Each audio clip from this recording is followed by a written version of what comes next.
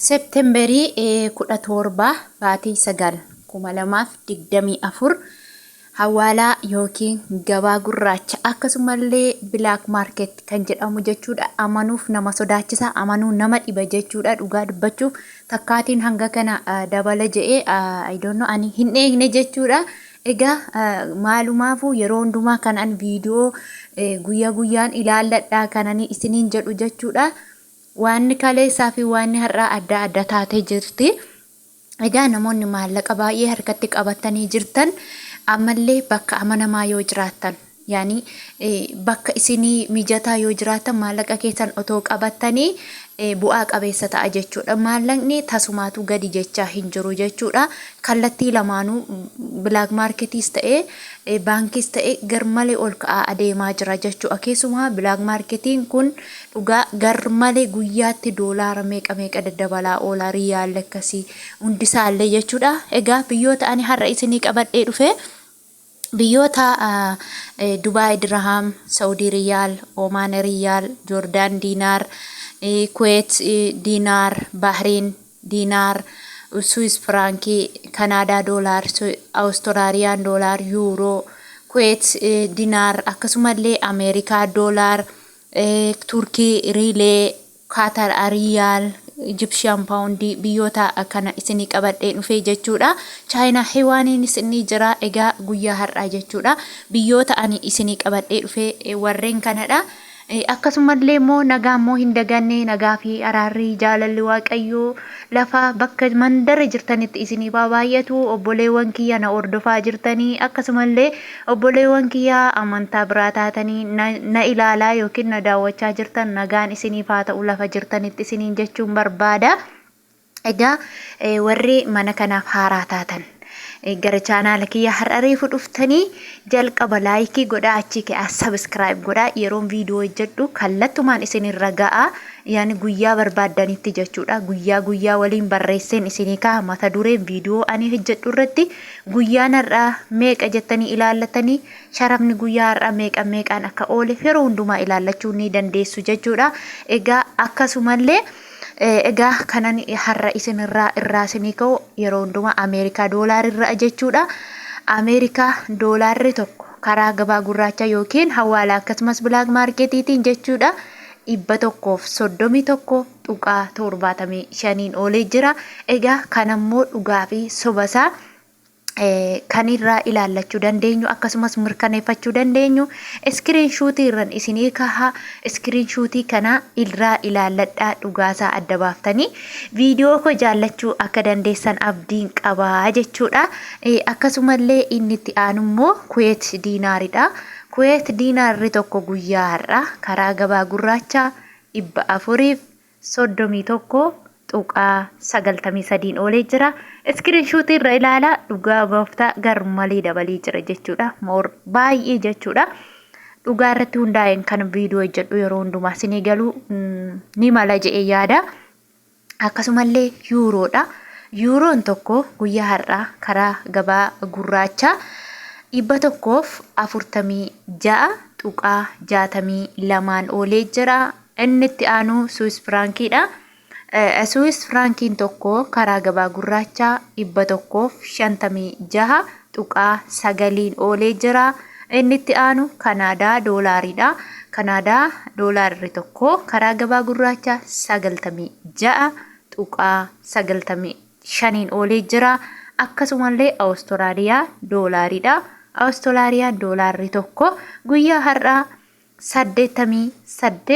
88.96 oolee jira. Akkasumallee China hewaanidha.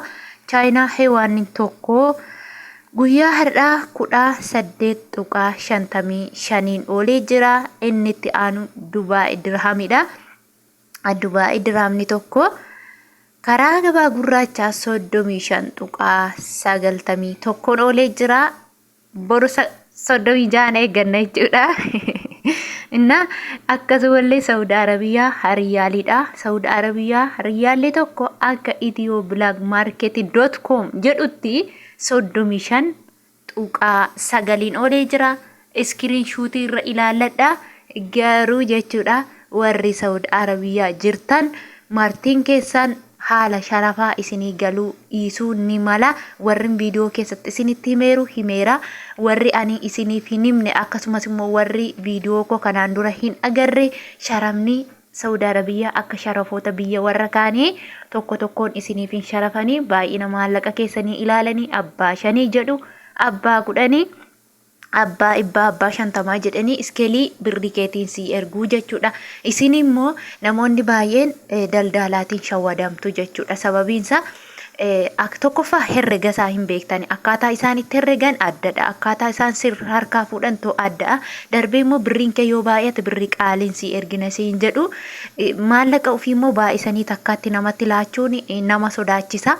Fakkeenyaaf si'a 2 si'a 3 namni haala gaariitiin si erguu danda'a. Ahaa namichi kun amanamaadha jechuudhaan maallaqa kee baay'istee itti kennita. Qaalii barbaachuu irratti immoo ani utuma xiqqeessitanii ergattanii manaa wayyaa jechuudha. Abuu wannaa jechuudha.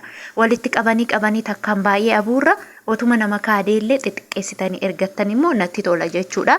Garuu yaada keessanii isintu beeka. Kanaafuu Saudi Arabiyaan guyyaa har'aa jechuudha warri maallaqa guddaa qabdan 32 oolee 32 yeroon siin jiru tokko isheetu 32 miti birrii baay'ee 5,000 akkas yoo qabaattan 5,000 baay'isuu 1,000 hiruu 32 jechuudha.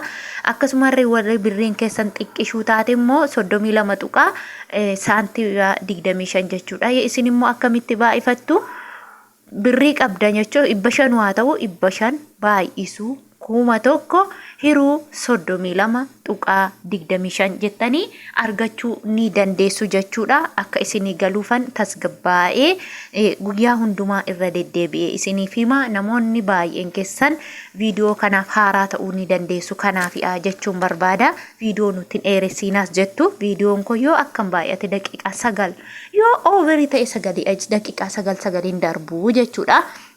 Kanaaf kan ammoo obsitanii dhaggeeffachuu qabdu. Inni itti aanu Oomaan Riyaalidha. Oomaan Riyaalli tokko guyyaa har'aa akka Itiyoo Bilaak Maarketiin jedhutti 342 tuqaa 27 oolee jira. Akkasumallee Joordaan Diinaaridha. Joordaan Diinaarri tokko guyyaa har'aa 185 tuqaa 80 sadiin oolee jira. Akkasumallee Bahareen Diinaarri tokko guyyaa har'aa 350 tuqaa 6 oolee jira. Inni itti aanu Kaatar Riyaalidha. Kaatar Riyaalli tokko guyyaa har'aa 35 tuqaa 80 oolee jira. Inni itti aanu Turkii Riileedha. Turkii Riileen tokko karaa gabaa gurraacha 3 tuqaa 87 oolee jira. Akkasumallee Egyptian Poundidha. Egyptian Poundiin tokko 2 tuqaa 72 oolee jira. Egaa hordoftootaaf jaallatamtoota akkasumas kabajamtoota kiyya viidiyoon koo har'aa kana fakkaata. Warri isinitti tole immoo laayik gochuun na jajjabeessa. Laayikiin keessan hamilee guddaa naa ta'a. Naa jiraadha. Galatoomaa isin jaaladha.